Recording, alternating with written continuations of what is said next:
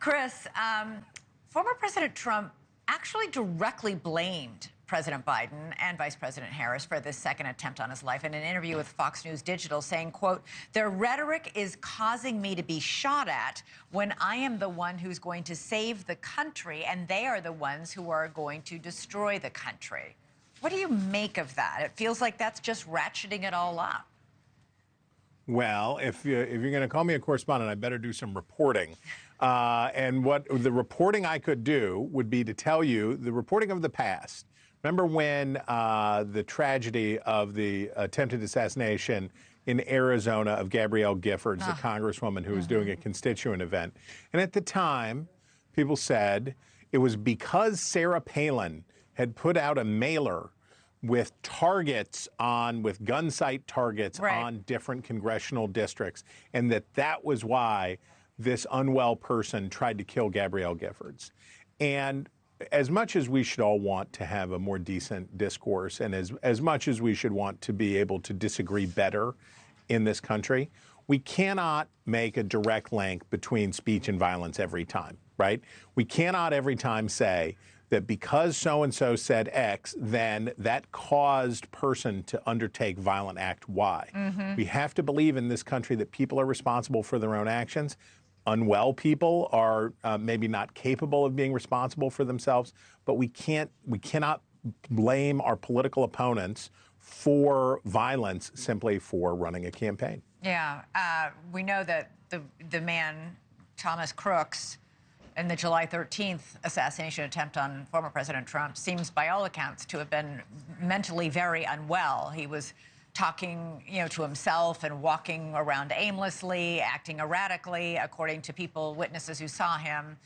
It doesn't appear that political rhetoric had anything to do with that one. And in this one, this guy, for all of his passions and kookiness, to be honest, based on people the reporter I just interviewed who talked to him, he was motivated by Ukraine and by the dumping of the Iran nuclear deal many, many years ago. I mean, he didn't say anything at all about political rhetoric. Yeah, and we have to hold people accountable for what they do and who they are. We can't infantilize people and say, well, they did it because someone else was talking. And when the guy shot up the practice for the Republican practice for the congressional baseball game and nearly killed Steve Scalise, when that happened, people looked for the link. They said, was this because he listened to liberal talk radio?